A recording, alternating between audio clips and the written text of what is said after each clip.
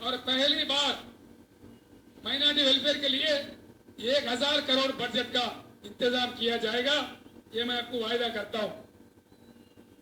अवकाफी जायदाद जमीन बचाने के लिए वक्फ बोर्ड जो है उसको जुडिशियल पावर दिया जाएगा, ये भी मैं आपको वायदा करता हूं। और 12% रिजर्वेशन कैसा करा था केसीआर साहब बोल के जिन लोग पूछ रहे, ये बिल्कुल मुमकिन है, नामुमकिन बात नहीं है। जिस तरीके से मद्रास रियासत कर रहा है, जिस तरीके से कर्नाटक रियासत कर रहा है, उसी तरीके से हम लोग भी अपने असेंबली में एक एक्ट बना के, कानून बना के मरकज के पास जाके दस्तूर के 9 शेड्यूल में इसको शामिल करा देंगे, ताकि कोई कोर्ट उसमें अड़चन नहीं डाल सकेगा और 12% रिजर्वेशन हासिल हो जाएगा। इसीलिए मैं आप तमाम लोगों को गुजारिश करता हूं, टीआरएस सरकार बने तो ही ये रियासत तरक्की कर सकता है।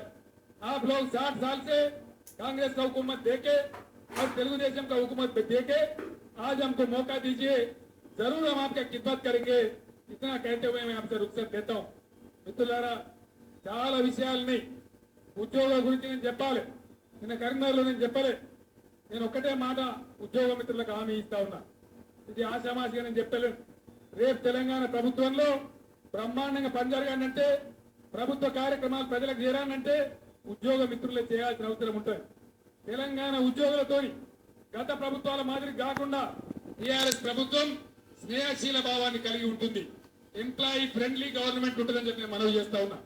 ఉద్యోగులందరికీ ఉద్యమంలో వాళ్ళు అద్భుతంగా పనిచేసినారు కాబట్టి వాళ్ళందరికీ కూడా ఒక తెలంగాణ ఇంక్రిమెంట్ తెలంగాణ వచ్చిన సందర్భంలో ఇస్తామని నేను చెప్పినా, తప్పకుండా తెలంగాణ స్పెషల్ ఇంక్రిమెంట్ కూడా ఇప్పిస్తామని నేను మనవి చేస్తా ఉన్నా. అదే విధంగా ఖచ్చితంగా కేంద్ర ప్రభుత్వ ఉద్యోగులతో సమానంగా వేతనాలు ఇప్పిస్తామని చెప్పినా, పెన్షన్దారులకు కూడా కేంద్ర ప్రభుత్వ ఉద్యోగులతో సమానంగా ఇప్పిస్తామని చెప్పినా అవన్నీ కూడా 100% ఇప్పించి తీరుతా అని చెప్పి నేను మనవి చేస్తా ఉన్నా. నేను ఒక్కటే మాట మీతో మనవి చేసి, 14 ఏళ్ళ నాడు నేను బయలుదేరిన. ఆనాడు చాలా మంది ఎగతాళి చేసిండు. యాడుంటుందా టీఆర్ఎస్, పగల ఉట్టింది కుప్పల పోతుందన్నారు. 6 నెలల తర్వాత అడ్రస్ దొరకదన్నారు. కానీ ఇలా టీఆర్ఎస్ ఏం చేసిందో మీరు అందరు చూసిండు. 14 సంవత్సరాలైనా మొక్కవని ధైర్యంతో పోరాటం చేసి సందర్భం వచ్చినాడు నేను సాగు నోట్లో తలకాయ పెట్టి ఆమరణ దీక్ష చేసి తెలంగాణ ప్రకటన రప్పించడం, ఆ తర్వాత అద్భుతమైన సకల జనుల సమ్మె చేసి తెలంగాణ రాష్ట్రం సాధించుకున్నాం. ఈ రాష్ట్రం బాగుపడాలంటే ఈ కాంగ్రెస్ తో టీడీపీతో కాదు, ఈ నాయకులతో కాదు, వీళ్ళకి అర్థం కాదు. పొన్నాల లక్ష్మి అంటాడు, పునర్నిర్మాణం అంటావు కేసీఆర్, ఏం విధ్వంసమైంది అంటాడు. నీకెందుకు అర్థమవుతుంది లక్ష్మే? నీకు అర్థం కాదు, జన్మలు కూడా అర్థం కాదు నీకు. ఆయన మొన్న అన్నాడు, రావణుడికి రంగెత్తే రాముడు అవుతాడు అన్నాడు. రావణునికి నువ్వు రంగెత్తే రాముడు అవుతాడో కాదో కానీ నువ్వు కేసీఆర్ని తిట్టి ఆవేశపడి ఎగిరి దుంకితే నీ జన్మలో నువ్వు కేసీఆర్ అయితే కాలేవని చెప్పి నేను మనవి చేస్తా ఉన్నా. అది కూడా అవుతాడో కాడగా నువ్వు మాత్రం కావు. ఒళ్ళు దగ్గర పెట్టుకొని జాగ్రత్తగా మాట్లాడు, పిచ్చి పిచ్చిగా మాట్లాడకు. విధ్వంసం జరగలే, కనబడతలేదా నీకు?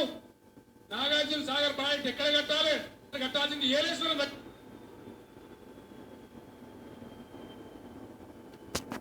సాగర్ లో.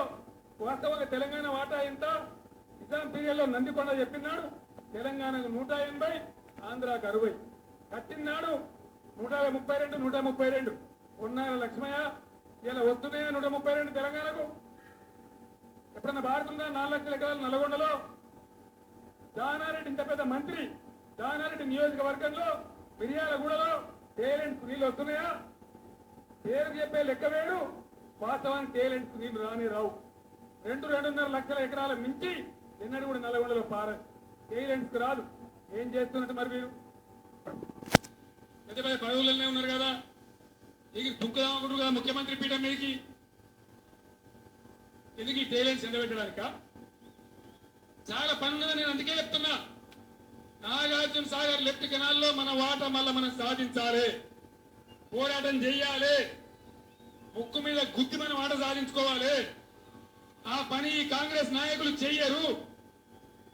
జిల్లాకు 2-3 రకాల నీళ్లు వచ్చే అవకాశం ఉంది.